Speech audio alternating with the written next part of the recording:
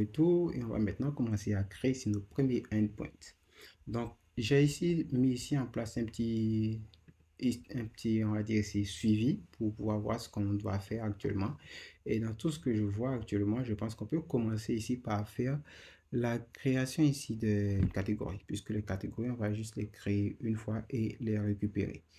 Donc, je pense qu'on va faire ici la création des catégories dans un premier temps. Donc, on va aller ici récupérer la liste des catégories et on va dire que c'est celle-là qu'on va être en train de faire. Donc, le statut, je vais lui mettre ici, je vais le passer ici à in progress pour lui dire que c'est ce qu'on va faire. Ensuite, ici, juste pour pouvoir commencer, on va retenir au niveau ici de notre éditeur. Et cette fois, on va aller dans ressources, route, API.php. Et ici, on doit définir ici nos différentes routes d'API. Et ce qu'on va faire, c'est que là, on va virer tout ça pour pouvoir partir ici de 0 et on a juste ça qui est mis. Ok, donc là, on va mettre un commentaire ici pour dire que ça sera ici route pour les catégories de nourriture.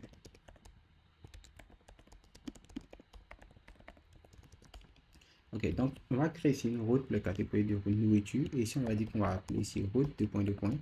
On va dire que l'URL, ça sera get. Et ici, on va dire que ça sera get. On va dire que ça sera get slash, alors catégories tout simplement. Ensuite, ici, on doit utiliser ici un contrôleur pour récupérer ici les catégories. Et puis qu'on est en mode API et que ça sera ici appelé par des éléments externes, on n'a pas besoin de spécifier ici le nom de la route. Donc, pour les catégories, on va créer un contrôleur qui va gérer ici toutes les catégories. Donc, on va venir dans le terminal là. Et je vais l'agrandir pour que vous puissiez le voir. Avec un coup de PHP artisan, mais deux points, contrôleur, catégorie, contrôleur. Donc, ça va me créer un contrôleur qui va me permettre de gérer la table catégorie. Donc ici maintenant, je peux lui dire que je vais appeler ici le catégorie contrôleur qui est là. Donc là, il va faire ici un auto-import là. Mais si vous ne l'avez pas, vous devez mettre ici le chemin qui est presque identique au mien. Si vous avez mis le bon nom, catégorie contrôleur. Et après, ça va finir de mettre ici le nom ici. Mettez deux points, classe. Et ici, vous devez spécifier ici la méthode qui sera appelée. On va dire que cette méthode-là, elle va s'appeler getAll. Mais pour le moment, elle n'existe pas. Donc, on va se rendre dans catégorie contrôleur et catégorie contrôleur se trouve dans app, http, contrôleur, catégorie contrôleur. Donc, si on déroule catégorie contrôleur, pour le moment, on voit ici qu'il est vide. Et tout ce qu'on peut faire pour le moment, c'est qu'on va le dire, on va tester, on va acheter ici une public function getAll. Et ici, tout ce qu'on va faire, on va lui dire que pour le moment, on ne veut rien afficher. Rien. Voilà. Voilà un peu ici le contenu sur notre fonction getAll. Donc là, si on fait ici un petit récapitulatif, on a juste défini ici une petite route qui doit pointer ici vers slash catégorie.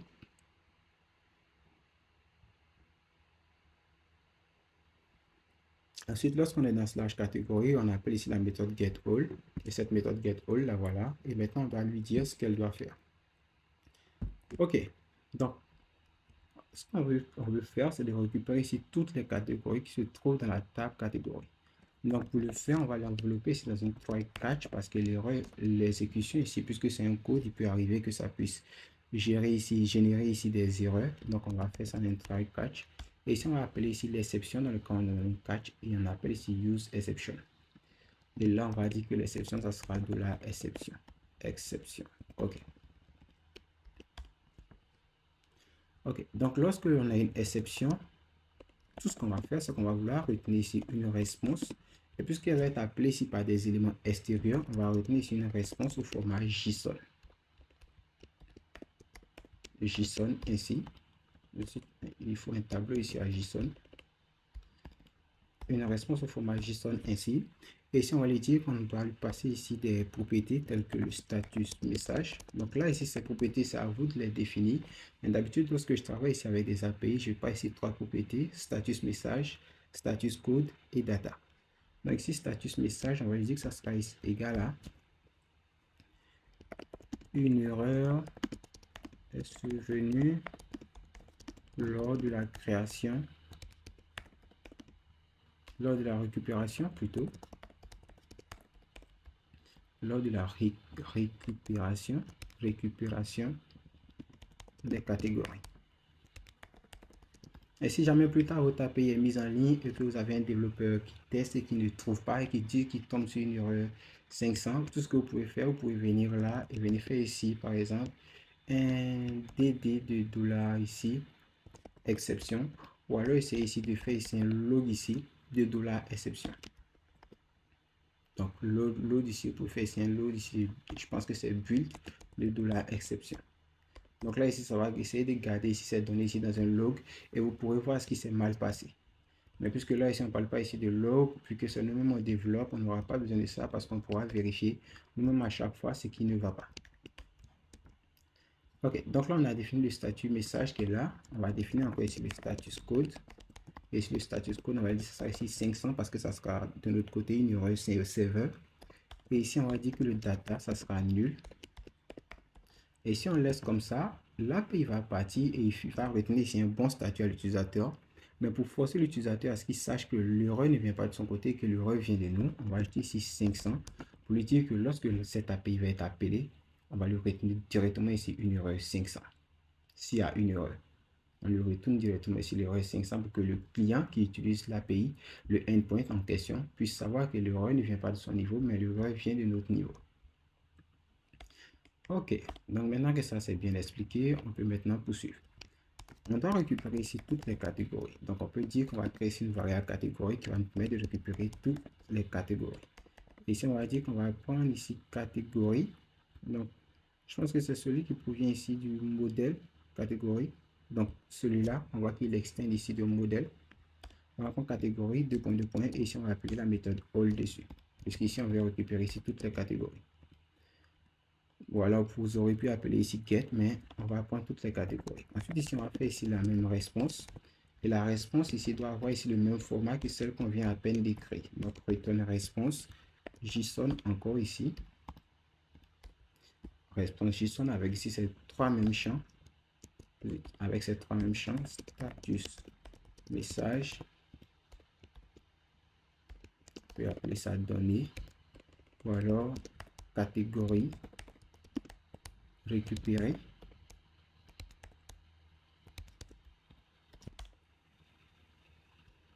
Cette fois, on va lui passer ici data. Et ici, data, lui, va être ici un tableau ici de items. Donc, à l'intérieur de items, on aura ici $categories.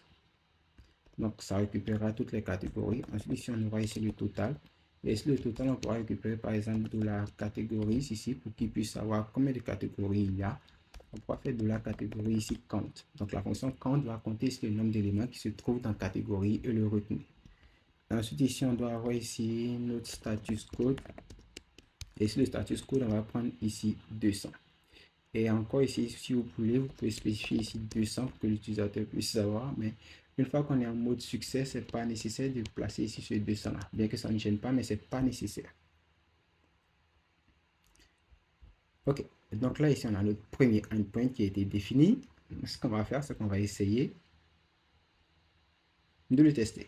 Donc le tester, on va devoir démarrer ici le serveur avec un peu de PHP artisan serve. Et on va nous dire qu'il démarre ici sur le point VB. Donc, je vais réduire le code, le VS Code.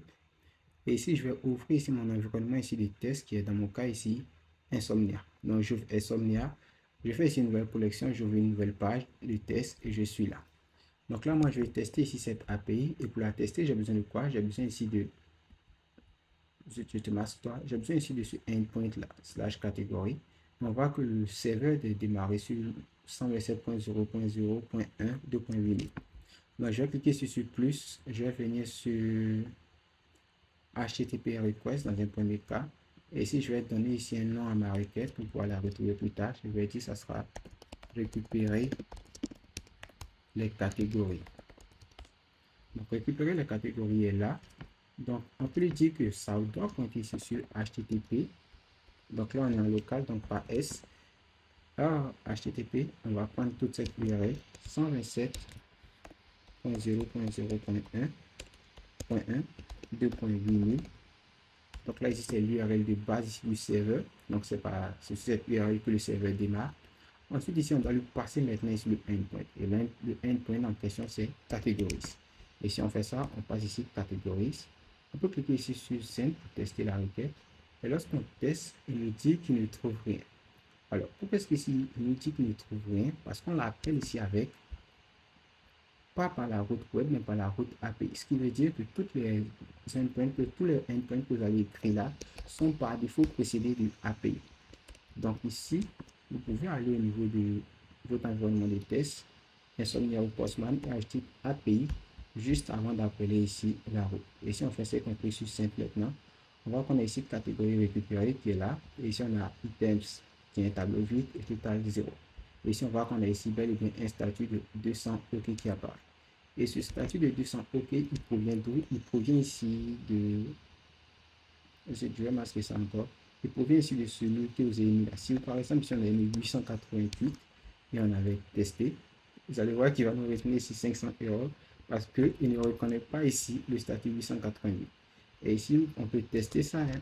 On peut laisser un double DD de $exception. Et ici, si on clique ici sur simple, vous allez voir, il va dire que le statut HTTP n'est pas valide. Donc, on voit que si l'exception marche correctement, et je peux dire que pour l'exception, je souhaite récupérer directement ici le message. On va voir si je peux récupérer le message de l'exception. Bah, ouais, c'était trop de pour être vrai. Donc, est-ce qu'il n'est pas un accesseur? Essayons voir.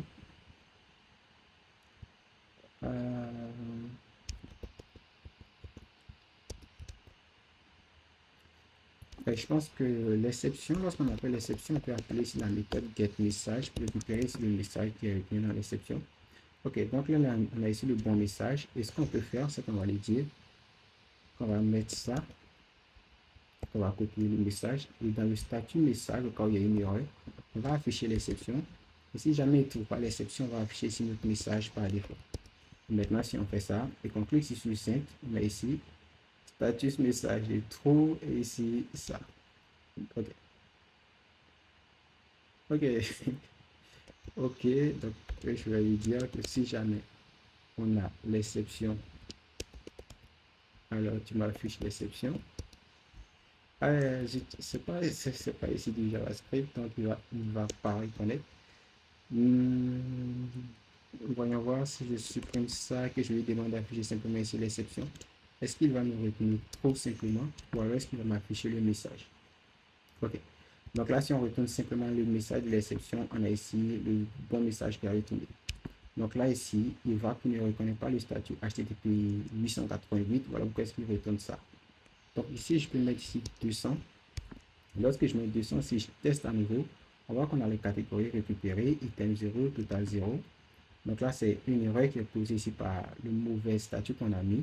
Si on avait mis ici une erreur qui était, on avait mis par exemple, au lieu de count, on avait mis une méthode qui n'existe pas, par exemple trip is count, et qu'on avait cliqué ici sur soumettre, on allait avoir encore l'erreur qui est appelée parce qu'il ne reconnaît pas ça.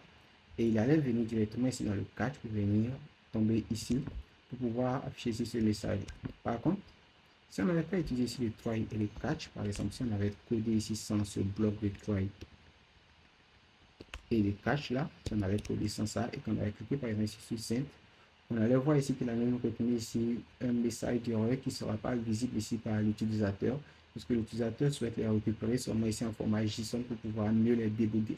Donc voilà pourquoi est-ce qu'au cours ici de cette conception d'API, on va plus ici utiliser ici le try et le catch pour développer ici 99% ici de nos API. Donc ça vous permettre ici plus tard, lorsqu'on va faire ici la partie mobile ou la partie front ou n'importe quelle partie, permettre ici au développeur qui va travailler cette partie de faciliter ici sa vie pour qu'il puisse voir rapidement les messages d'erreur et nous les retourner. Donc voilà un peu pourquoi est-ce que je force ici pour qu'on puisse utiliser ici le try et le catch. Donc on a vu un peu l'importance du try et le catch. Donc là je vais ramener ici le bon, c'est là, ici count, c'est count simplement. Et là on a ça. Ok, donc juste avant de terminer ce chapitre, ce qu'on va faire, c'est que là on va essayer de lancer des sites. Parce que je vous avais dit qu'il y avait des sites. Donc c'est au niveau de app, database, seeder. Database seeder, vous allez voir que j'ai déjà fourni ici quelques éléments ici du site directement. Et les éléments du site sont déjà là. Vous pouvez le parcourir puisqu'on a ici la même base de code. Et là, il me dit qu'il ne retrouve pas cette catégorie. Je sens que ça va causer ici quelques erreurs. Cloud file, oui, ça c'était ici pour les fichiers. Donc au niveau de Foodseeder, vous pouvez retirer ici Cloud file qui était là. Et ici, subcatégorie, je pense que le nom n'est pas bien écrit, c'est subcatégorie. Voilà. Subcatégorie, de remplacer subcatégorie Y par subcatégorie IE et supprimer ici Cloud file. Et au niveau des imports, ici, on va venir supprimer ici subcatégorie Y et Cloud file. Voilà. Et si on fait ça, je pense qu'on est bon. Donc, si on fait ça, ce qu'on peut faire, on peut venir lancer ici une nouvelle commande. Je vais agrandir ici le terminal. Avec un coup de PHP artisan db2.seed pour pouvoir ici envoyer ici cette donnée-là dans la base de données. Donc, on fait ça. On a ici notre base de données qui est pleine, qui a été remplie. Donc, si on retourne ça et qu'on retourne maintenant ici sur notre environnement de test, donc on clique ici sur, par exemple, récupérer ici les catégories. On va voir qu'on aura ici maintenant nos catégories qui auront été récupérées correctement.